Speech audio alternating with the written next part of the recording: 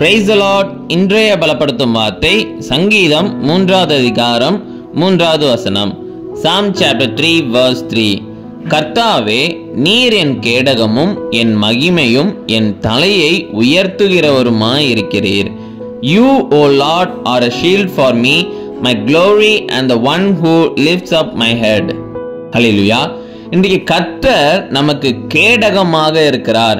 அவர் நம்மளை பாதுகாக்கிற தேவன். எந்த ஒரு தீமையும் நமக்கு வராதபடி அவர் நம்மளை பாதுகாக்கிற தேவனாக இருக்கிறார்.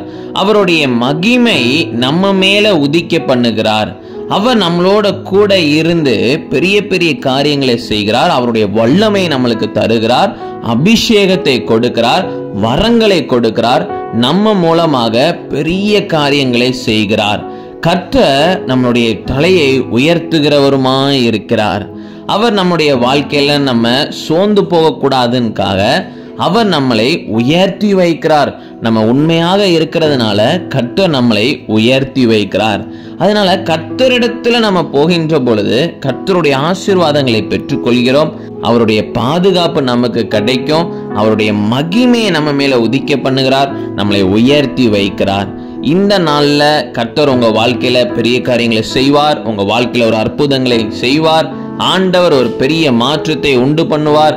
நிச்சயம் கர்த்தர் உங்களை கொண்டு பெரிய காரியங்களை செய்வார். நம்ம எல்லாரும் கண்களை மூடி ஜெபிக்கலாம். எங்களை நேசிக்கிற நல்ல தகப்பனே, கர்த்தாவே, பிள்ளைங்களை ஆசீர்வதிங்க, பிள்ளைங்களை உயர்த்துங்க, பாதுகாத்துக்கோங்க.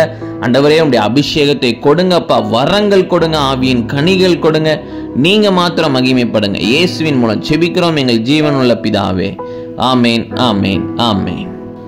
கர்த்தர் உங்களை பாதுகாக்கிற தேவன். அவர் நிச்சயம் உங்களை பாதுகாத்து உங்களை சந்தோஷமாக வாழ வைப்பார், உயர்த்தி வைப்பார். God bless you. Have a wonderful day.